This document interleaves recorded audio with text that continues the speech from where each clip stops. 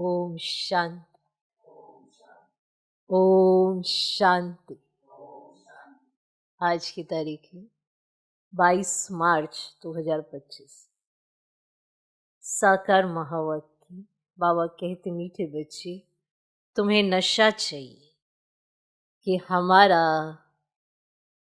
पालौकिक बाप wonder of the world माना स्वर्ग बनाता, जिसके हम मालिक बनते हैं। तुम्हें नशा चाहिए कि हमारा पारलौकिक बाप वंडर ऑफ द वर्ल्ड माना स्वर्ग बनाता, जिसके हम मालिक बनते हैं। तो बाबा चाहते हैं बच्चों में वो नशा होना चाहिए कि तुम्हारा बाप कौन है, वो क्या बनाते हैं तुम्हारे, ये नशा होना चाहिए। आज का प्रश्न, बाप के संग से तुम्हें क्या क्या प्राप्तियां होती हैं? बाप के संग से तुम्हें क्या क्या प्राप्तियां होती हैं?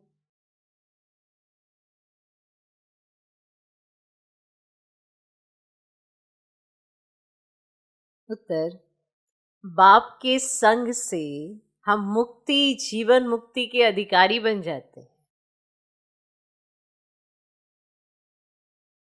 बाप के संग से हम मुक्ति, जीवन मुक्ति के अधिकारी बन जाते हैं। बाप का संग तार देता है, माना पार ले जाता है। बाप का संग तार देता है, माना पार ले जाता है।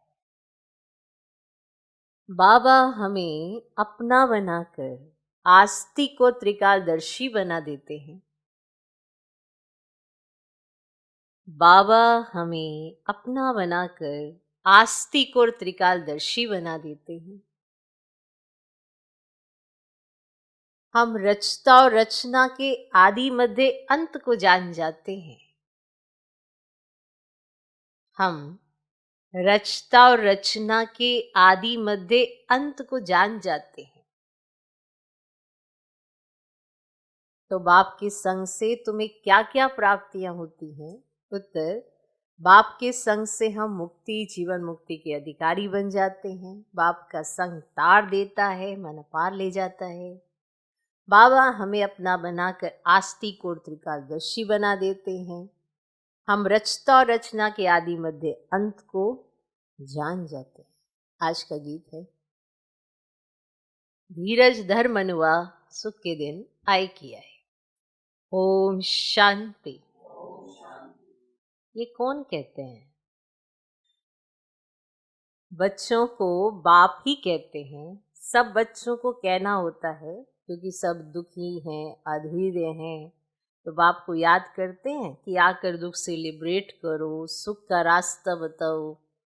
अब मनुष्यों को, उसमें भी खास भारतवासियों को ये याद नहीं है कि हम भारतवासी बहुत सुखी थे।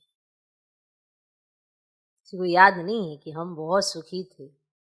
भारत प्राचीन से प्राचीन वंडरफुल लैंड था। वंडर ऑफ द वर्ल्ड कहते हैं ना। यहाँ माया के राज्य में 7 वंडर्स गाए जाते हैं, और वह है स्थूल वंडर्स। तो बाप समझाते हैं ये माया के वंडर्स हैं जिसमें दुख है। राम बाप का वंडर है स्वर्ग, वही वंडर ऑफ द वर्ल्ड है। तो भारत स्वर्ग था, हीरे जैसा था, वहां देवी देवताओं का राज्य था।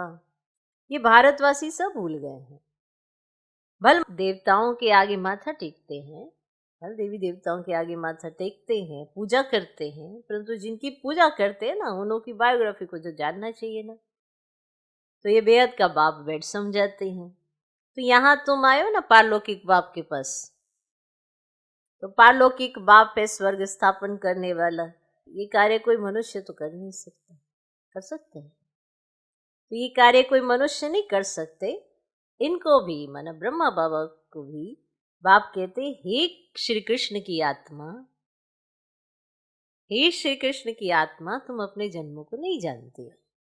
तो शिव बाबा ने ब्रह्मा बाबा से कहा, हे श्री कृष्ण की आत्मा, तुम अपने जन्मों को नहीं जानते हो। तुम श्री कृष्ण थे तो सतो प्रधान थे, फिर 84 जन्म लेते, अभी तुम तमो प्रधान बने हो। भिन्न भिन्न नाम तुम्हारे पड़े हैं, अभी तुम्हारा नाम ब्रह्मा रखा है। ब्रह्मा सो विष्णु व श्री कृष्ण बनेगा। बात एक ही है कि ब्रह्मा सो विष्णु, विष्णु सो ब्रह्मा, तो ब्रह्मा मुख वंशावली ब्राह्मण सो फिर देवता बनते हैं, फिर वही देवी देवता फिर शूद्र बनते हैं। तो अभी तुम ब्राह्मण बने हो, तो अभी बाप बैठ तुम बच्चों को समझाते हैं। अब ये है भगवान वाच। तुम तो हो गए स्टूडेंट, तो तुमको कितनी खुशी होनी चाहिए, होनी चाहिए, परंतु इतनी खुशी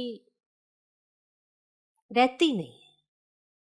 होनी चाहिए, कितनी तुम्हें खुशी होनी चाहिए, परंतु इतनी खुशी तुम्हें रहती नहीं है। धनवान धन के नशे में बहुत खुश रहते हैं ना। अब कोई धनवान होगा, उसके पास बहुत धन होगा, तो उसे उसका नशा तो रहता है ना, रहता है कि नहीं रहता? तो यहाँ भगवान के बच्चे बने हो तो भी इतनी खुशी में नहीं रहते। माना धनवान धन के नशे में रह सकता है, और आप भगवान के बच्चे भगवान के नशे में नहीं रह सकते। समझते नहीं, पत्थर बुद्धि है ना। तकदीर में नहीं है तो ज्ञान की धारणा कर नहीं सकते। अब तुमको बाप मंदिर लायक बना रहे हैं। किसके लायक? मंदिर लायक बना रहे हैं, परंतु माया का संग भी कम नहीं है। गाया हुआ है, संग तारे कुसंग बोरे। तो बाप का संग तुमको मुक्ति, जीवन मुक्ति में ले जाता है, फिर रावण का कुसंग तुमको दुर्गति में ले जाता है। 5 विकारों का संग हो जाता है ना। और भक्ति में नाम कहते हैं सत्संग, परंतु सीढ़ी तो नीचे उतरते रहते हैं। सीढ़ी से कोई धक्का खाएगा तो जरूर नीचे ही गिरेगा ना। तो सर्व का सदगति दाता एक बाप ही है। कोई भी होंगे तो भगवान का इशारा ऊपर में करेंगे, ऐसे करेंगे ना कि भगवान का है, ऐसे ऊपर करेंगे ना, ऐसे इशारा। अब बाप बिगड़ बच्चों को परिचय कौन दे? तो बाप ही बच्चों को अपना परिचय देते हैं, उनको अपना बनाए सृष्टि के आदि मध्य अंत का नॉलेज देते हैं। तो बाप कहते मैं आकर तुमको आस्तिक भी बनाता हूँ, त्रिकालदर्शी भी बनाता हूँ। ये ड्रामा है, ये कोई साधु संत आदि नहीं जानते। वे होते हैं हद के ड्रामा, और यह है बच्चे बेहद का ड्रामा। तो इस बेहद के ड्रामा में हम सुख भी बहुत देखते हैं तो दुख भी बहुत देखते हैं। इस ड्रामा में कृष्ण और कृष्ण का भाभी कैसा हिसाब किताब है? कृष्ण और कृष्ण का भी कैसा हिसाब किताब है? उन्होंने भारत को लड़ाई राजाई ली, भारत को लड़ाई राजाई ली। अभी तुम लड़ते नहीं हो, वे आपस में लड़ते हैं। हो गई ना वापस। देखो, तुमको लड़ाया और राजाई ले ली। अब तुम नहीं लड़ते हो, वो आपस में लड़ते हैं, राजाई तुमको मिल जाती है। ये ड्रामा में नोंद है। अब ये बातें कोई भी जानते नहीं है, तो ज्ञान देने वाला, ज्ञान का सागर एक ही बाप है जो सर्व की सदगति करते हैं। तो भारत में देवी देवताओं का राज्य था तो सदगति थी, बाकी सब आत्माएं मुक्ति धाम में थी। भारत सोने का था, तुम ही राज्य करते थे, और सतयुग में सूर्यवंशी राज्य था। अभी तुम सत्यनारायण की कथा सुनते हो, नर से नारायण बनने की ये कथा है। तो ये भी बड़े अक्षरों में लिख लो, सच्ची गीता से भारत सचखंड वर्थ पाउंड बनता है, लिख लो। तो बाप आकर सच्ची गीता सुनाते हैं, तो सहज राजयोग सिखलाते हैं, तो वर्थ पाउंड बन जाते हैं। बाबा टोटके तो बहुत समझाते हैं, ये टोटके है ना, ऐसे समझाओ, ऐसे कहो तो उनकी बुद्धि खुले, ये वाला पॉइंट यूज करो। तो ये सब क्या है? टोटके है ना। तो वाह टोटके तो बहुत समझाते, परंतु बच्चे देह अभिमान के कारण भूल जाते कि किस समय कौन सा टोटका इस्तेमाल करना। देह अभिमान आ जाता है ना, तो बाबा की सिखाई हुई युक्तियां सब भूल जाते। देही अभिमानी बने तो धारणा भी हो। अब देह अभिमान के कारण धारणा ही नहीं होती। बाप समझाते हैं, मैं थोड़ी कहता हूं कि मैं सर्वव्यापी हूं। मुझे तो कहते भी हो तुम माता पिता हम बालक तेरे, तो इसका अर्थ क्या? तुम्हारी कृपा से सुख गनेरे, तो अभी तो दुख है ना। अब ये गायन किस समय का है ये भी समझते नहीं।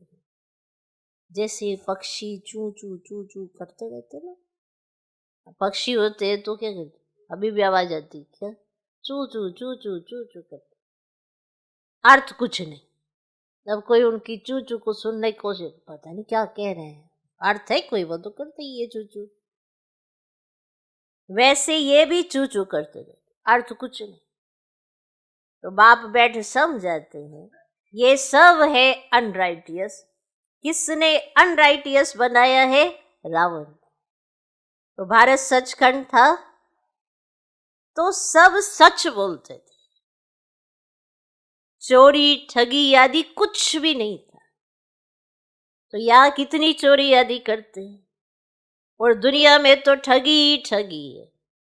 इसको कहा जाते पाप की दुनिया, दुख की दुनिया, और सत्य को कहा जाता है सुख की दुनिया। यह है विशेष वैशाल्य और सत्य गए शिवालय। बाप कितना अच्छी रीति बैठे समझाते हैं, समझाते ना कितना अच्छी रीति। नाम भी कितना अच्छा है, ब्रह्मा कुमारी ईश्वरीय विश्वविद्यालय। अब बाप आकर समझदार बनाते हैं, कहते हैं इन विकारों को जीतो तो तुम जगत जीत बनो। ये काम ही मां शत्रु है। बच्चे बुलाते भी इसलिए कि हमको आकर गॉड गॉडेज माना देवी देवता बनाओ। तो बाप की यथार्थ महिमा तुम बच्चे ही जानते हो। मनुष्य तो न बाप को जानते, न बाप की महिमा को जानते। तुम जानते हो वे प्यार का सागर है। तो बाप तुम बच्चों को इतना ज्ञान सुनाते हैं, यही उनका प्यार है।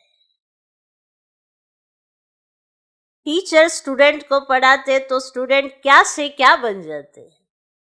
तुम बच्चों को भी बाप जैसा प्यार का सागर बनना है, प्यार से कोई को भी समझाना है। बाप कहते तुम भी एक दो को प्यार करो। नंबर 1 प्यार है बाप का परिचय दो, ये नंबर 1 प्यार है, बाप का परिचय दो। तुम गुप्त दान करते हो, एक दो के लिए घृणा भी नहीं रहनी चाहिए, नहीं तो तुमको भी डंडे खाने पड़ेंगे। किसी का तिरस्कार करेंगे तो डंडे खाएंगे। कभी भी किसी से नफरत नहीं रखो, तिरस्कार नहीं करो। देह अभिमान में आने से ही पतित बने हो। बाप देही अभिमानी बनाते तो तुम पावन बनते हो। सबको यही समझाओ कि अब 84 का चक्र पूरा हुआ। जो सूर्यवंशी महाराजा महारानी थे ना, वही फिर 84 जन्म लेते, उतरते उतरते अब आकर पट पर पड़े, और अब बाप फिर से महाराजा महारानी बना रहे हैं। तो बाप सिर्फ कहते मामेकम याद करो तो पावन बन जाएंगे। तुम बच्चों को रहम दिल बन सारा दिन सर्विस के ख्यालात चलने चाहिए। बाप डायरेक्शन देते रहते हैं, मीठे बच्चे रहम दिल बन, जो बेचारी दुखी आत्माएं हैं उन दुखी आत्माओं को सुखी बनाओ। उन्हें पत्र लिखना चाहिए बहुत शॉर्ट में। तो बाप कहते मुझे याद करो और वर्षे को याद करो। एक शिव बाबा की महिमा है, और मनुष्यों को बाप की महिमा का भी पता नहीं। हिंदी में भी चिट्ठी लिख सकते हो। सर्विस करने का तो बच्चों को हौसला चाहिए, हौसला माना हिम्मत होनी चाहिए ना सर्विस करने की। सर्विस करने का भी बच्चों को हौसला चाहिए। हिम्मत ही नहीं करते ना कई बार सर्विस करने, नहीं क्या करें, कोई होता तो है नहीं, कोई निकलता तो है नहीं, तो इससे हिम्मत ही हो जाती। तो बस सर्विस करने वालों में वो जो बच्चे हो जो सर्विस करने का शौक रखे उनको हौसला भी रखना चाहिए। बहुत है जो आपघात करने बैठ जाते हैं, उन्हें भी तुम समझा सकते हो कि जीव घात महापाप है। बाबा बीच बीच में बहुत बार ये बात समझाते हैं कि जो जीव घात करते माना आत्महत्या वो कहते हैं, लेकिन वो तो आत्महत्या तो नहीं होती क्योंकि आत्मा तो मरती नहीं, पर जीव घात करते हैं, अपने शरीर का त्याग स्वयं करते हैं, खुद को नुकसान पहुंचाते हैं, तो ये महापाप है। अभी तुम बच्चों को श्रीमत देने वाला है शिव बाबा, वह है श्री श्री शिव बाबा, और तुमको बनाते श्री लक्ष्मी श्री नारायण। तो श्री श्री तो वह एक ही है। कई आत्माएं ऐसी होती है ना जो दुखी हो जाती है, कहती है अब शरीर छूटे ही छूटे, तो तपस्या से छोड़ लो, तपस्या करके छोड़ो, बुद्धि इधर उधर क्यों अटकाई है। पर देह अभिमान छूटता नहीं है, और कोई समस्या आ जाती है तो समझते हैं कि ऐसा करके तो सब कुछ ठीक हो जाएगा, ऐसा करके तो और नुकसान हो जाएगा। आत्मा कितना अपना नुकसान करेगी, पर वो ना पत्थर बुद्धि हो जाते हैं ना। कई सोचते बड़ी दुखी थी ना आत्मा, दुखी कैसे हो सकती है, बाप की श्रीमत पर पूरा चलती हो तो दुखी कैसे होगी। मना ना बाप को सही ढंग से पहचानना, ना उनका कहना सही ढंग से मानना, तो दुखी ही रहेगी। कोई कितना भी किसको दुख दे, ये तो याद रखो ना, हम संगम पर बैठे हैं, पालन करता कौन है, एक बाबा है ना। तो जितना बाप पे निश्चय होगा तो ड्रामा बदली होता हो दिखाई देगा, वरना हर एक यही कहता मैं बहुत दुखी हूँ, मैं तो बहुत दुखी हूँ, हर एक यही समझता मैं बहुत दुखी हूँ। तो अगर हर कोई दुखी होकर ऐसे कर्म करेगा तो क्या होगा। इसलिए मनुष्य जन्म मिला है, प्रारब्ध बनाओ, अच्छे कर्म करो, इससे अच्छा तो सबसे बुद्धि हटाए तपस्या कर लो, तो ज्यादा अच्छा, वैराग्य आ जाए तो और अच्छा। ये क्या आपघात करना, ये तो अच्छा कर्म नहीं।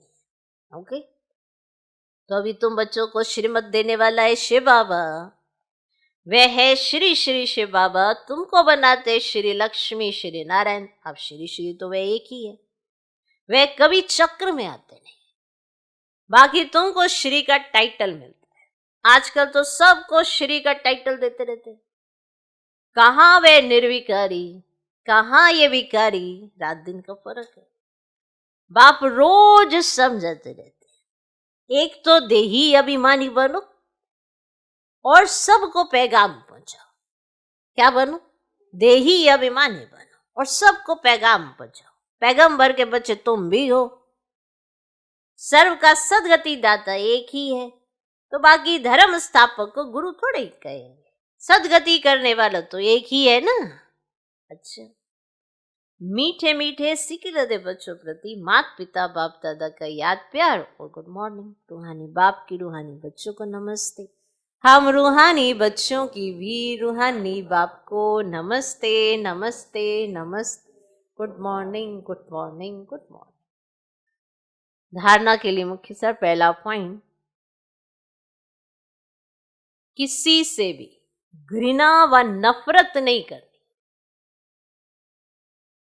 किसी से भी घृणा व नफरत नहीं करनी।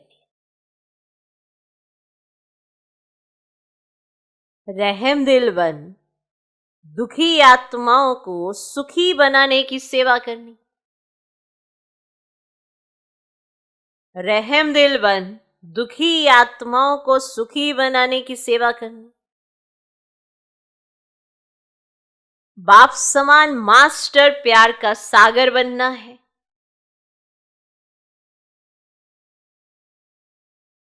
बाप समान मास्टर प्यार का सागर बनना है, तो किसी से भी घृणा या नफरत नहीं करनी है। रहमदिल बन दुखी आत्माओं को सुखी बनाने की सेवा करनी, बाप समान मास्टर प्यार का सागर बनना है।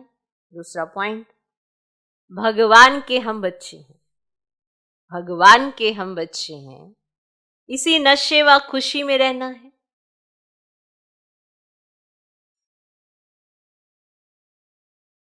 कभी माया के उल्टे संग में नहीं जाना है, कभी माया के उल्टे संग में नहीं जाना है। देही अभिमानी बनकर ज्ञान की धारणा करनी है।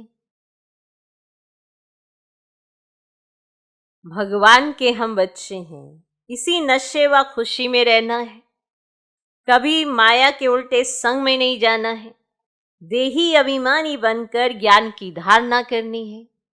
आज का वरदान, बाप समान वरदानी बन, हर एक के दिल को आराम देने वाले मास्टर दिलाराम भव।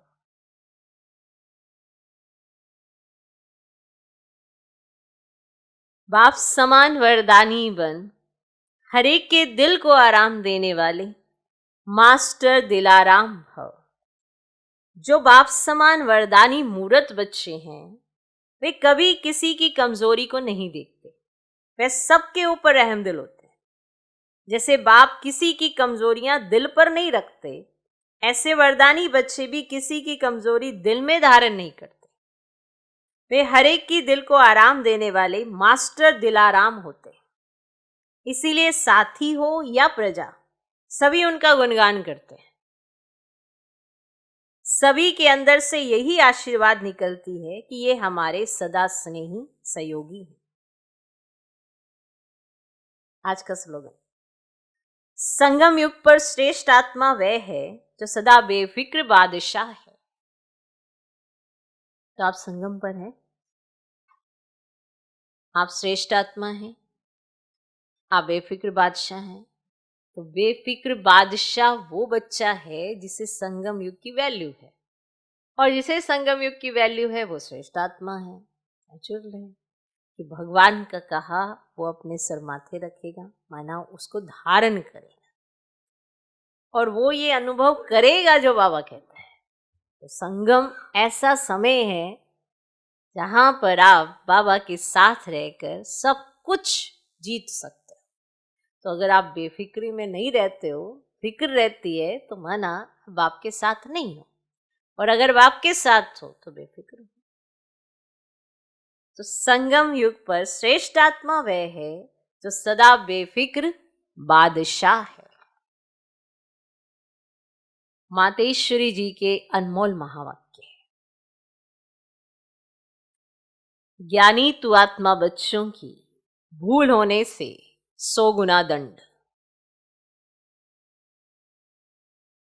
ज्ञानी तू आत्मा बच्चों की, भूल होने से 100 गुना दंड। क्लियर? समझ आ गया कि क्या कहा होगा? कौन सी आत्माओं के बारे में बात हो रही है? ज्ञानी तू आत्मा बच्चों की, भूल होने से 100 गुना दंड।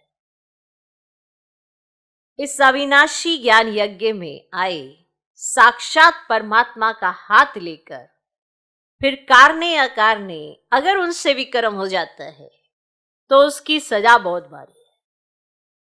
जैसे ज्ञान लेने से उनको 100 गुना फायदा है, वैसे ज्ञान लेते कोई भूल हो जाती है तो फिर 100 गुना दंड भी है।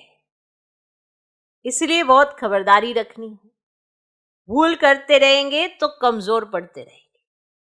इसीलिए छोटी बड़ी भूल को पकड़ते रहो, आइंदा के लिए, है ना, आगे के लिए परीक्षण कर चलते चलो, है ना, अपनी चेकिंग करो। आइंदा से वो भूल रिपीट नहीं होनी चाहिए। देखो, जैसे समझदार बड़ा आदमी बुरा काम करता है तो उनके लिए बड़ी सजा है, और जो नीचे गिरा हुआ आदमी है कुछ बुरा काम करता है तो उनके लिए इतनी सजा नहीं है। क्यों? क्योंकि वो समझदार था, बड़ा आदमी था, वो समझ सकता था, फिर भी उसने गलती की, उसके लिए बड़ी सजा है। और जो नीचे गिरा हुआ आदमी है, कुछ बुरा काम करता है, उनके लिए इतनी सजा नहीं है। तो अब तुम भी परमात्मा के बच्चे कहलाते हो, तो इतने ही तुमको दैवी गुण धारण करने हैं। सच्चे बाप के पास आते हो तो सच्चा होकर रहना है। क्लियर? किसके साथ है, कौन हमारे साथ है। अगर फायदा बहुत है तो अगर फायदे के साथ हम गलती करते हैं तो दंड भी है। फिर हमें लगता है कि बाबा प्यार नहीं करता। बाबा प्यार करता है, इसीलिए समझाता है कि किसकी संतान हो, कौन हो आप, और ये कैसे भूल जाते हो कि सब आपको देख रहे हैं। फिर हमें गलती नहीं करनी चाहिए। इसलिए फायदा है तो 100 गुना दंड भी है अगर ज्ञानी तू आत्मा ऐसा कुछ करती है। दूसरा, लोग कहते हैं परमात्मा जानी जाननहार है। अब जानी जाननहार का अर्थ यह नहीं है कि सबके दिलों को जानता है, परंतु सृष्टि रचना के आदि मध्य अंत को जानने वाला है। बाकी ऐसे नहीं परमात्मा रचता, पालन करता और संहार करता है तो इसका मतलब यह है कि परमात्मा पैदा करता है, खिलाता है और मारता है, परंतु ऐसे नहीं है।